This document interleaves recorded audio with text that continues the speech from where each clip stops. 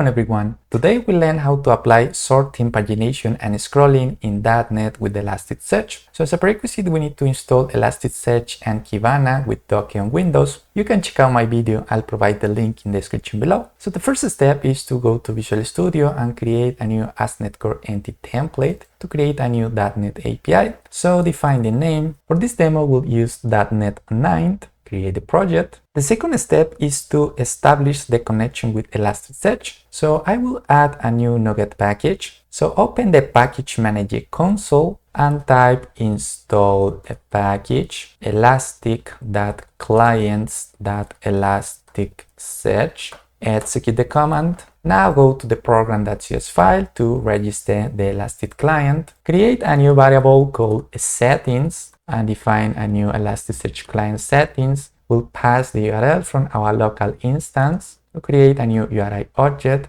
and we'll pass the local instance URL with the default port. Add a basic authentication from this local instance. So we need to define the username, which by default is Elastic, and the password. So I will go to the output console from Elasticsearch to copy the password. And we'll trust the local certificate. So for that, we'll call the server certificate validation callback and we'll allow any certificate, so-called certificate validations that allow all. Please don't do this in production, it's just for demo purposes. And add the Elastic client as a singleton to apply dependency injection. So-called builder.services.add singleton and create a new Elasticsearch client with the settings we defined. The next step is to add a new post endpoint to apply the default sorting and pagination strategy. So go to this get action and replace by a post action. Define a search route, and from body we'll receive a DTO with the page number, page size and sort by to apply the default sorting and pagination. So add the from body attribute and add the filter DTO. Add this filter DTO as a record object and define the parameters, the page number, the page size, and the sort by field. Inject the Elasticsearch client to perform search requests. So for the first pagination strategy, we'll create a new response variable and we'll asynchronously perform a search request, so-called client.searchAsync. We need to define the return type. In this case, we'll return a list of products. Define a new product record. We'll define 4 simple properties: the name, the color, a decimal property for the price, and finally a date time property for created date, and define the search parameters. The first one is the from parameter, which is based on the page number and page size, and it starts from 0. So for that, we'll call DTO.pageNumber -1 multiplied by the page size. The second search parameter is the size itself, and don't forget to define the index, which in this case will be product. And finally, add the sort parameter. We will add a new lambda expression to define the field to sort. We need to create a new field object by passing the sort by field. So we'll create a new property called sort by. Why? Because for string properties like name and color, we'll use the keyword type instead of the text type for performance reasons. And we'll order the values in a descending mode, so-called order, and define the sort order.descending. So adding this sort by property, we'll check if the sort by field is the name or the color, which are the string properties. We'll use the keyword type. So let's add interpolation and we'll pass the sort by value and use the keyword type. Otherwise, for other properties, we'll use the sort by input value. And finally, return the response that documents. At the missing parentheses, it's time to test the API. So run this project. Before testing this endpoint, go to Kibana, which is the visualization tool for Elasticsearch, to add the index and the products. So go to the browser, and in the login page for Kibana, we'll define the same username and the password. So let's copy this value. login. Go to the Management tab and go to DevTools. We'll add the index with this put operation, send request, and then we'll add 20 products by using the bulk operation. As you will see, we have the name, price, color, and created date properties. Send request, and finally we'll perform a search request to verify that we have 20 documents in this index product. Now go to Postman to test the API. So before that, copy the URL from the API, go to Postman, copy the URL and define the search route. So in the body, we'll define the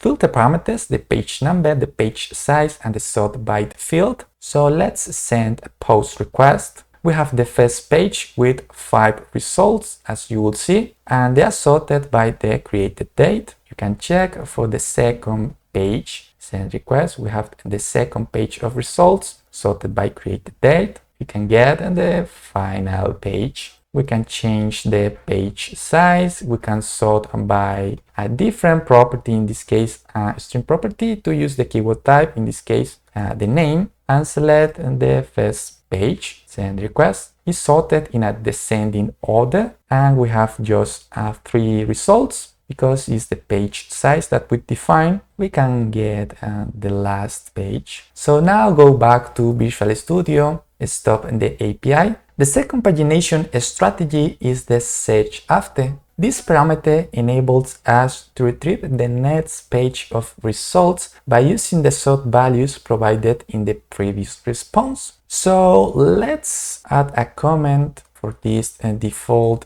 sorting and pagination. So we'll copy the same code and we'll define the second strategy, which is the search after parameter. Let's comment out this code. So for this search after parameter, we'll perform a search request. We'll define the size. We'll remove this from because we'll start from the first page. So define the size, define the index, define the sort based on the same sort by property in a descending mode. And here is important to define the search after parameter. So we need to pass a collection of sort values to automatically get the previous sort values from the response. We'll use in-memory cache for AS.NET Core. So let's scroll up and register in memory cache. So call builder.services that add memory cache, and from the endpoint we'll add the iMemory cache interface. So let's create a new variable called sort values, and we'll call cache.get. In this case will be a list of the same type passed to the search after parameter,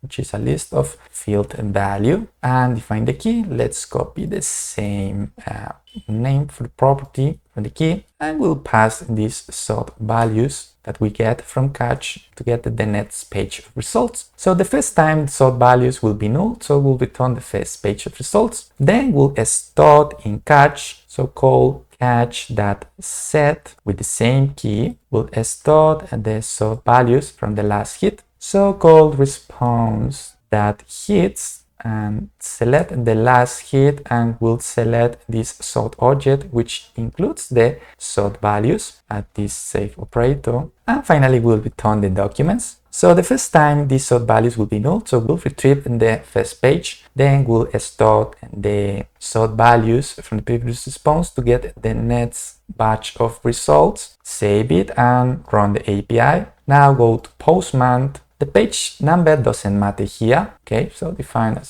0. The page size, let's define as 5, and sort by price. The first time we'll get the first page of results, so send request. As you will see, we have 5 results ordered, sorted by price in a descending mode. Now send a request to get the next page of results. As you will see, they are sorted by price. We have the next page of results, send again, the third page, the fourth page, and finally an empty array because we have just 20 products. So this is the second pagination strategy. Go back to Visual Studio and stop the API. And the last pagination strategy we'll see in this demo is the scroll API. This scroll API is used to retrieve a large number of results based on a single search request. It is not suitable for real-time searches. So let's copy this code. Let's comment out and define the third strategy, which is the scroll API. So we'll perform a single search request the first time. So we'll pass the size parameter, the index, the sort, and instead of the search after parameter, we'll call the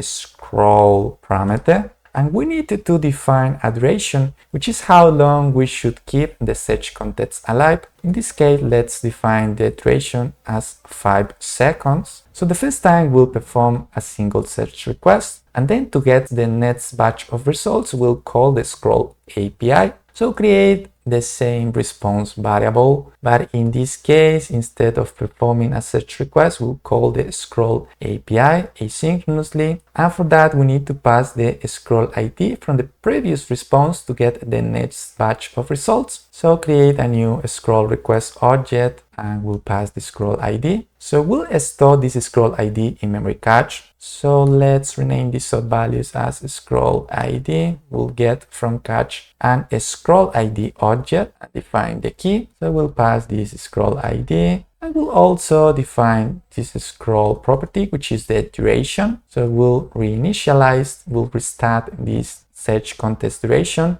as 5 seconds. So we'll verify if the scroll ID is null, we'll perform the single search request. So add a new condition called if scroll ID is null, we'll perform the request and we'll store in cache the scroll ID from the response. Use the same key, and in this case from the response that scroll ID, which is this value that we need to pass to the scroll API to get the next batch of results. Otherwise, we'll just simply call the scroll API. We also need to define the return type, which is product in this case, and similarly we'll set a cache, and here we'll set an expiration time equal to the search context duration. So let's define as 5 seconds. Let's copy this line and move it to the scroll request part. Set the scroll ID to get the next batch of results. And for the two statements, we'll return response.document. Move this line in the else statement. So if the scroll ID is null, we'll perform a single search request. We'll store the scroll ID in memory cache and we'll return the documents. Otherwise, we'll use the scroll API to get the next batch of results and store the scroll ID as well. Let's save it and run the API.